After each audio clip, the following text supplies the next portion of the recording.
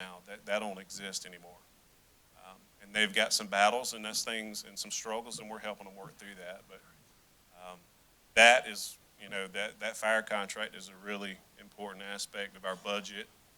Um, I was, every year around March or April, and this is only my second year. Again, my first year was interim. Even at that March or April, you get that feeling like, all right, it's time to find out what the value of the mill is going to be projected at, and I don't sleep. I care about the people that work for me. I'm not going to say work for me, they work for the community. It's important. If you'll look on there, over half our budget goes towards salaries and benefits. And in today's day and age, this is what I preach. It's in your heart to become a fireman, but it's not all about money. It's about, to the younger generation coming in, is getting that benefit package. All right? We may not get it all on the front end for 25 years, or now even the new firemen that are coming in, it's 28 years for retirement. But that's something that you put your heart into, you have compassion for it, you care about your community, and at the end of the day, at that 25-year mark or the 28-year mark, that's when you reap the benefits. You reap the benefits of knowing that you have done a great deal for your community, and you can now sit back and try to relax a little bit and then go to work at Home Depot or Walmart or Dick's or somewhere where I can wear tennis shoes and socks and shorts and a polo shirt and get rid of the uniform. So, and I don't mean to make light of any of it. I do want to make a quick mention. I did make a clerical boo-boo there. If you look right at the bottom of that page, it says approved May 20th of 2018. It's supposed to be 2019. Luckily, there's 2019, 2020 sitting at the top there for the final budget. So, but again, if there's any further questions, Chief, dig deep, let me know. Mr. Chairman, I have one more. Yeah, Ben. I see you have the SAFER grant listed here. Are any Yeah. of those grants going to be maturing, and what should we look out for next year in planning for? Well, I'm glad you brought that up, because I pick on Captain Jones a lot, Chris Jones, who is with us. Believe it or not, we absorb his grant in this budget this year. His grant runs out in October. So we pretty much, we've got him under grant up until October. From November through June 30th, we absorbed that. So I told him he would always have a job. He didn't have to hit the picket line. But in that, the value of the mill went up, so we thought you could have a little bit of cushion, but it was actually absorbed. And I hate to put that on Chris, but we had to absorb that into just being able to keep him.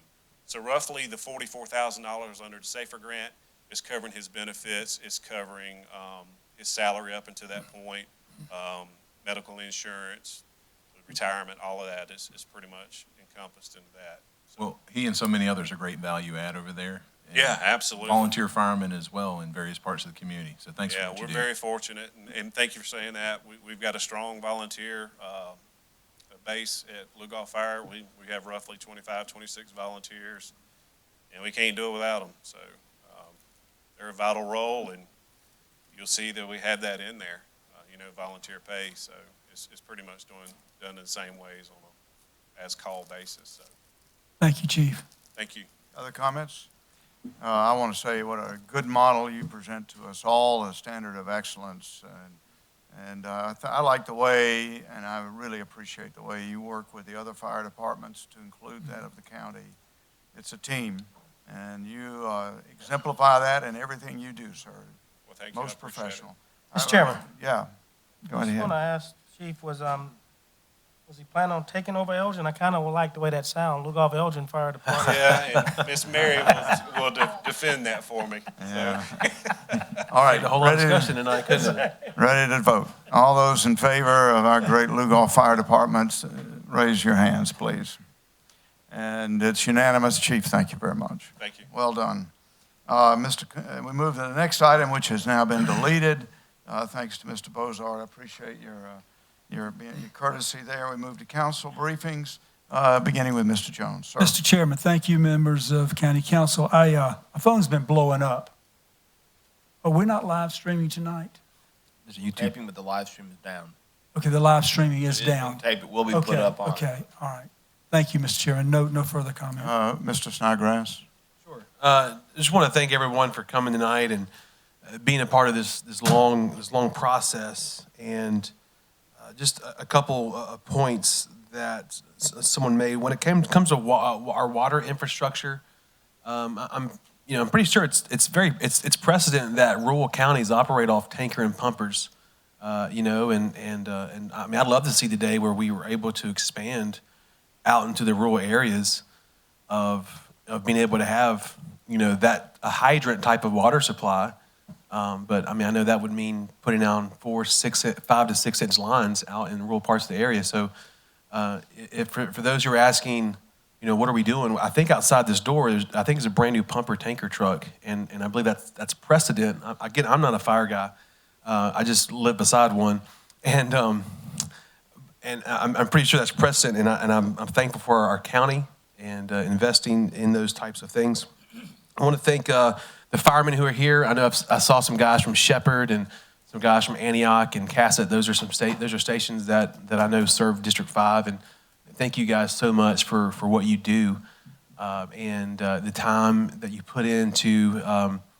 Again, I said this last week. We have this idea that fire service is just about one thing, but not fire. But it's so much more than that. It's emergency management. It's responding to medical calls. And tonight we made some tough decisions. We did. There were some tough decisions made, and I think in my remarks I may have come off strong. If I did, I apologize. But I was very passionate about trying to find the balance of giving the firemen what they need in order to do their job safely and effectively, but at the same time be a respecter and a good steward of the taxpayer. And it's something that has it weighed on my mind for the last few weeks. It's something that I've prayed over. It's something that I have sought a lot of guidance on, a lot of information on.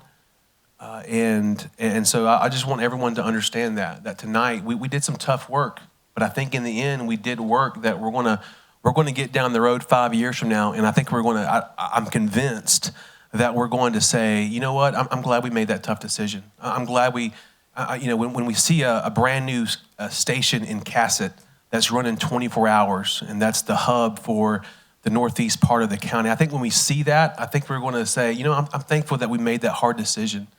And governing is not meant to be easy. I didn't get into this. I didn't run because I knew it was going to be easy. I ran knowing that there are going to be meetings like this, and that the last 2 meetings have been some of the toughest for me because I understand the consequences. And so I want everyone to walk out of here tonight knowing that we were able to find a significant savings for the taxpayer this evening as a result of the hard work of our staff. And Vic, I thank you so much. I know I was blowing up your phone and email and some other things, so thank you so much for the work that you did. So I thank the firemen, appreciate that. There's Max here, works for the Forestry Service, and I know that's a part of the component of fighting fire here as well. So thank you, council members, for your hard work, and that concludes my remarks. Mr. Tucker, thank you. Thank you, Mr. Chairman. Very quickly, I want to say thank you to Ms. Sandra Brown, who is our Chief Financial Officer, and to Vic Carpenter and staff, Danny and Ms. Mary. You too, Mr. DeBose, for all that you do. And this was a little tough year for budget. I thank my colleagues as well. I respect your positions and where you stand. Even if we don't always agree, we can always be agreeable. Mr. Chairman, I want to make a point of order because this does bother me, and normally I handle things in a more discreet way, but I think that this needs to be known publicly. I don't have any problem with folks coming up here to speak, but we're in public comment. You need to give your name. Jane Doe and John Doe does not cut it. and it should not be accepted for anyone. If everybody else has to give their name, you need to give your name. And if not, you do not need to be allowed to speak. And I will adamantly be opposed to the next person come to that podium and don't give their name. If you won't give your grandma name, your great-grandma name, I don't know you, I don't care. But I do know Jane Doe and John Doe is not a name. That concludes my report. Mr. Gardner. Just briefly, just to add on to what Mr. Snodgrass talked about, I think we did a great service to our fire service tonight. I think we moved it forward. It's one of those things that is tough decisions, but it's one of those things that if we don't move it forward, we're going to go backwards. It's that simple. And when we go backwards, tonight's vote was for $29, but if we lose our fire service, then your ISO rating's going to go up. You're going to pay more in insurance, and if you look at your insurance bills from year to year on your home and vehicles, they go up anyway, but you're going to be paying a lot more than $29 if we don't have a fire service that is ready and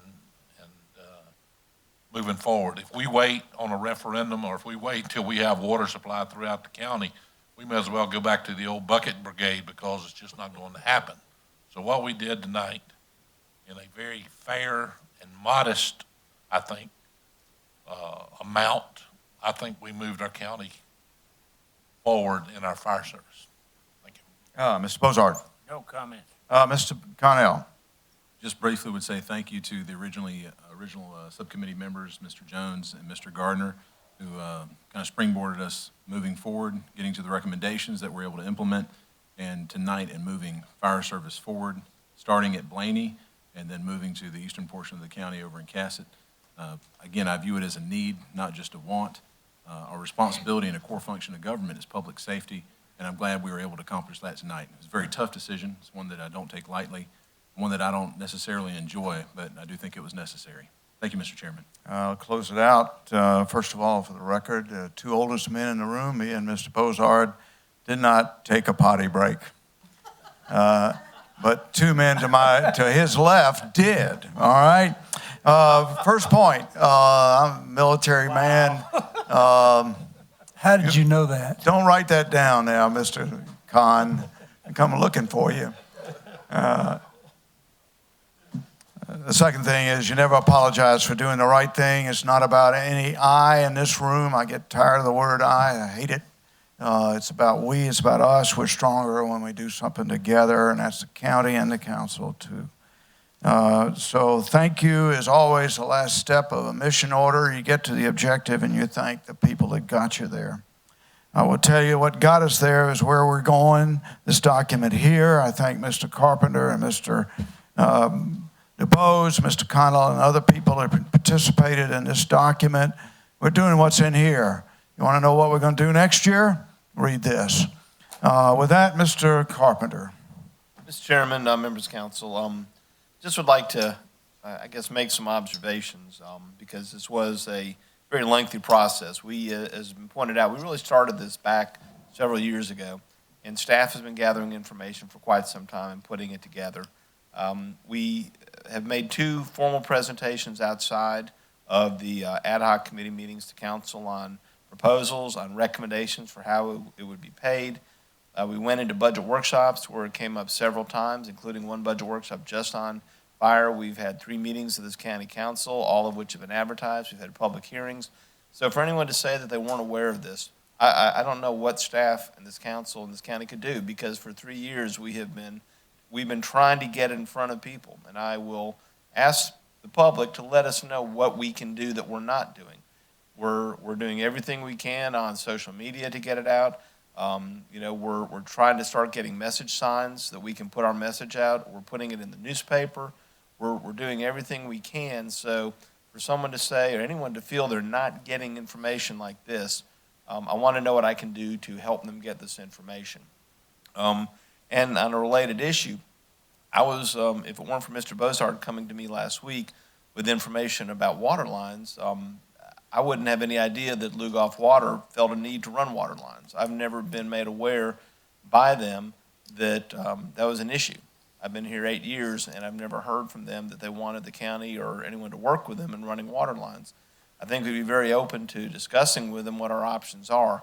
But certainly it didn't come up through any of this process of fire meetings and whatnot. So it was a little blindsiding to kind of have it presented tonight. Again, I thank Mr. Bozard for making me aware that it's an issue. It was a 10-year-old study that they did on water lines in that area, and obviously you can't, water's important, it's critical.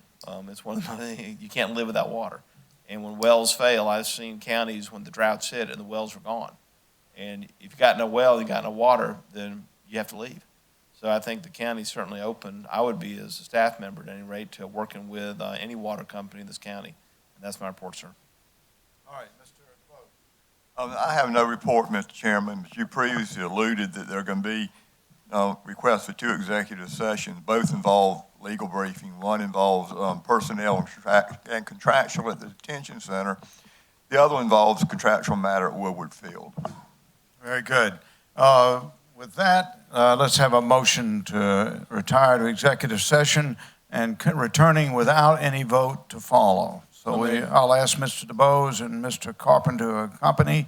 Do we have a motion? So made. Mr. Connell, a second? Second from Mr. Bozard. Any further discussion? Mr. Chairman, if I can ask, Yeah.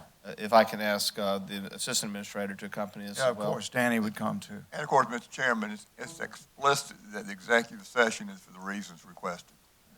Really? Thank you. With that, let's move to a vote. All those in favor, raise your hand. And we are dismissed briefly for an executive session. Thank you, everyone.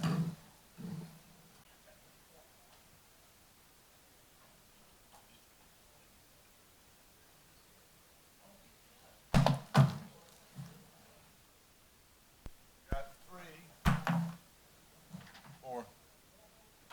Hey, we got 4. You want to make a motion? Move to Make come out a- of executive session.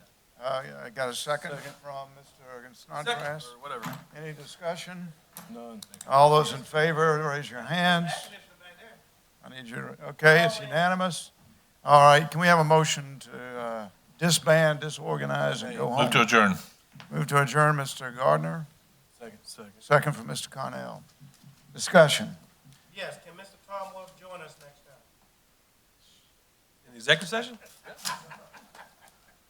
I would only say in closing, thank you, Gene. Thank you, Keith. Well done. All those in favor that we adjourn signify. And it's unanimous, and we are adjourned.